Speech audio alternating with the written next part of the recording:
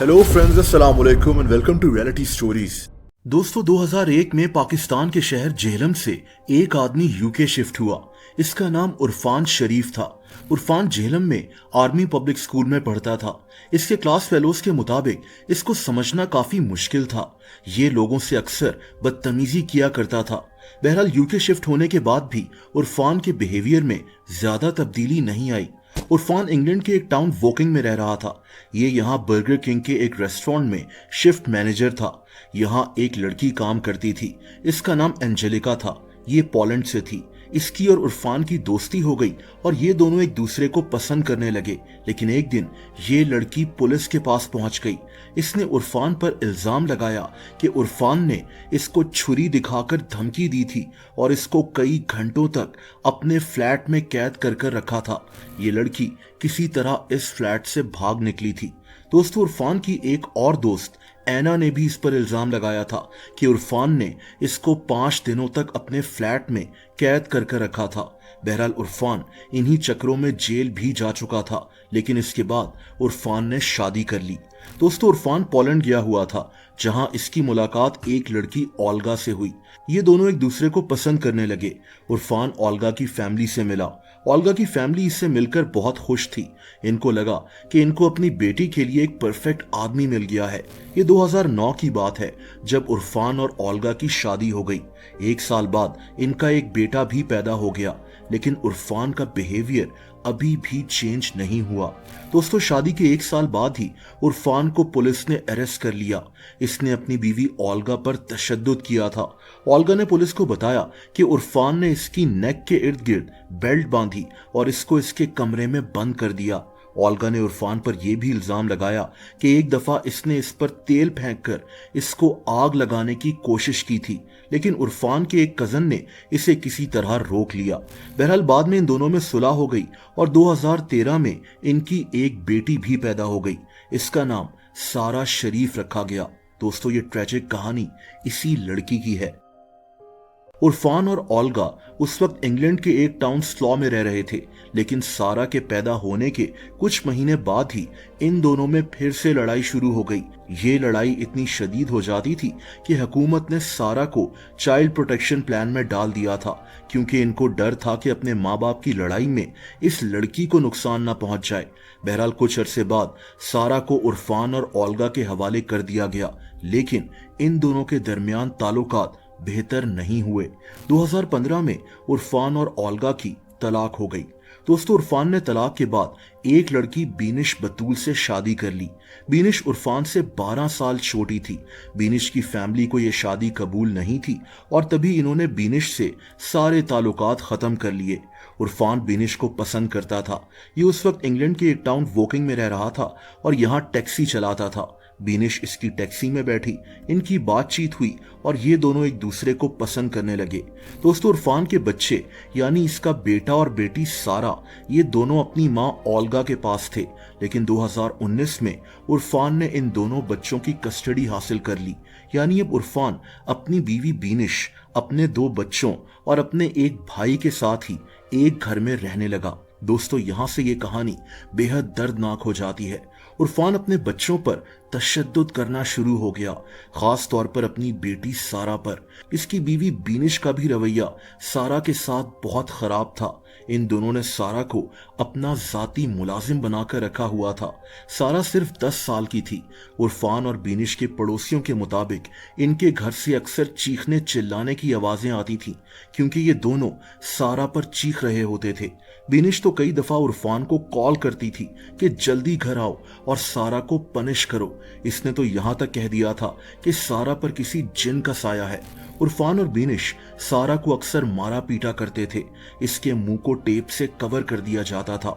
सारा को कई दफा सारी रात खड़ा रखकर उठक बैठक यानी सिटअप्स करवाए जाते थे, क्योंकि ये घर की चीजें छुपा देती थी।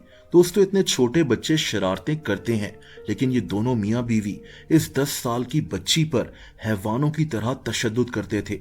सारा जब स्कूल जाती थी तो इसके चेहरे पर, बाजुओं पर जख्मों के निशानात होते थे।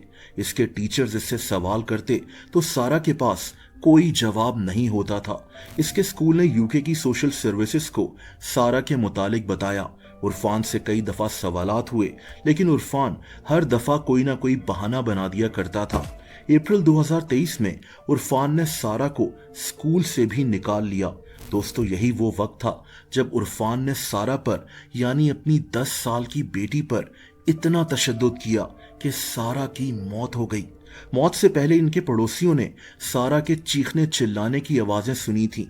इन्होंने पुलिस को कॉल भी की, लेकिन तब तक बहुत देर हो चुकी थी। ये 8 अगस्त 2023 का दिन था जब सारा के बड़े भाई ने अपने एक दोस्त को मैसेज भेजा कि सारा की मौत हो गई है। दोस्तों, उरफान और बीनिश जानते थे कि ये बहुत जल्द पकड़े जाएंगे। ये दोनों अपने घर से फरार हो गए थे। इसी दिन बीनिश ने एक ट्रैवल एजेंसी को फोन किया और पाकिस्तान के लिए टिकट्स बुक करवाई, लेकिन ये टिकट्स बुक नहीं हो सकी। 1 घंटे बाद उरफान ने भी एक ट्रैवल एजेंट नदीम रियाज को कॉल की। इसने भी इस्लामाबाद के लिए टिकट्स बुक करवाने को कहा। ये ट्रैवल एजेंट इसका दोस्त था। उरफान ने बताया कि पाकिस्तान में इसके एक कजन की डेथ हो गई है और तभी ये कल ही पाकिस्तान पहुंचना चाहता है। दोस्तों, ये दोनों मियाँ बीवी जल्द अज जल्द पाकिस्तान भागना चाहते थे, इससे पहले कि पुलिस इनको पकड़ लेती। बहरहाल 9 अगस्त को, यानी सारा की मौत के अगले ही दिन, उरफान, इसकी बीवी बीनिश और उरफान का भाई फैसल, ये तीनों जहाज में बैठे थे। ये जहाज यूके से इस्लामाबाद जा रहा था। इसी दिन पुलिस ने इनके घर छापा मारा और इनको घर पर 10 साल की सारा की लाश मिल गई। दोस्तों, उरफान ने पाकिस्तान पहुंचते ही 10 अगस्त को यूके में पुलिस को कॉल की और इसने अपना जुर्म कबूल कर लिया। इसने कहा कि मैंने ही अपनी बेटी को कत्ल किया है। मैं सारा को मारना नहीं चाहता था, लेकिन मैंने इस पर इतना तशद्दुद किया कि सारा की मौत हो गई। मैं एक जालिम बाप हूं, ये कहकर इसने कॉल बंद कर दी। पुलिस को सारा की बॉडी के साथ एक नोट भी मिला था जो उरफान ने ही लिखा था। इस नोट में इसने सारा की मौत पर माफी मांगी थी और लिखा था कि इसको प्रॉपर तरीके से दफनाया जाए। आप इस जालिम आदमी की जहनी हालत देखें कि अपनी बेटी को कत्ल कर कर ये माफी मांग रहा था। बहरहाल दोस्तों, सारा की लाश का पोस्टमार्टम किया गया तो पता चला कि सारा को किस बुरी तरह से मारा पीटा गया था। इसकी बॉडी पर 70 से ज्यादा इंजरीज थी। इसकी रीढ़ की हड्डी पर 11 फ्रैक्चर्स थे। आप इमेजिन करें कि इस छोटी सी लड़की पर किस बेरहमी के साथ तशद्दुद किया गया था। इसकी बॉडी पर जलने के निशानात भी मौजूद थे। इस बच्ची को इस्त्री से जलाया जाता था। बहरहाल पुलिस को अब उरफान, बीनिश और उरफान के भाई की तलाश थी, जो तीनों पाकिस्तान में थे। दोस्तों, यूके की पुलिस ने पाकिस्तान में पुलिस से राब्ता किया और जेहलम में उरफान के घर पर रेड की गई। उरफान के वालिद ने बताया कि ये तीनों यहाँ आए जरूर थे, लेकिन कुछ देर के बाद ही ये यहाँ से भाग गए थे। ये तीनों जानते थे कि ये ज्यादा देर तक भाग नहीं सकते और तभी इन तीनों ने एक फैसला किया, यूके वापस जाकर खुद को पुलिस के हवाले करने का फैसला। 13 सितंबर 2023 को ये तीनों यूके वापस पहुंच गए और इनको एयरपोर्ट पर ही अरेस्ट कर लिया गया। इन्होंने सियालकोट से दुबई की फ्लाइट ली थी और दुबई से ये यूके पहुंचे थे। दोस्तों, इस केस पर काम करने वाले पुलिस ऑफिसर्स का कहना था कि इन्होंने अपने करियर में किसी बच्चे के साथ इतनी बेरहमी वाला तशद्दुद नहीं देखा था। नवंबर 2024 में तकरीबन 1 साल बाद उरफान ने सारा की मौत की सारी जिम्मेदारी कबूल कर ली। इसका कहना था कि मैं दुनिया का सबसे जालिम बाप हूं। इसने ये भी कहा कि मेरी बीवी बीनिश भी इस मौत की जिम्मेदार है।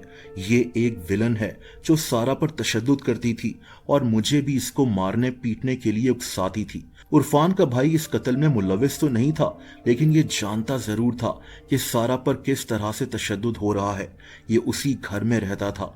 इसको पता था कि सारा मर चुकी है, लेकिन इसने ना तो अपने भाई को रोका, ना पुलिस को इत्ला की, बल्कि सारा के मरने के बाद अपने भाई और भाभी के साथ पाकिस्तान भाग गया। अदालत ने उरफान को 40 साल के लिए जेल की सजा सुना दी है। बीनिश को 33 साल की जेल की सजा हुई है, जबकि उरफान के भाई को 16 साल के लिए जेल भेज दिया गया है।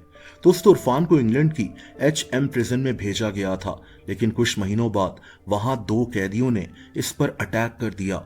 उरफान की गर्दन को एक कैन की लिड से काट दिया गया था। वहां के कैदी जानते थे कि इसने अपनी 10 साल की बेटी को कत्ल किया है और तभी इन दो कैदियों ने इस पर हमला किया था। उरफान की जान तो बच गई थी, लेकिन इसके बाद इसको एक दूसरे जेल भेज दिया गया ताकि ये कैदी फिर से इस पर हमला ना कर सकें।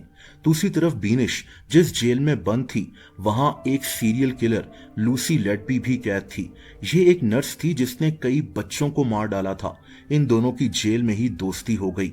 दो इवल लोग जेल में एक दूसरे के दोस्त बन गए। दोस्तों, सारा को पोलैंड में दफनाया गया था जहां इसकी मां ओल्गा रहती थी।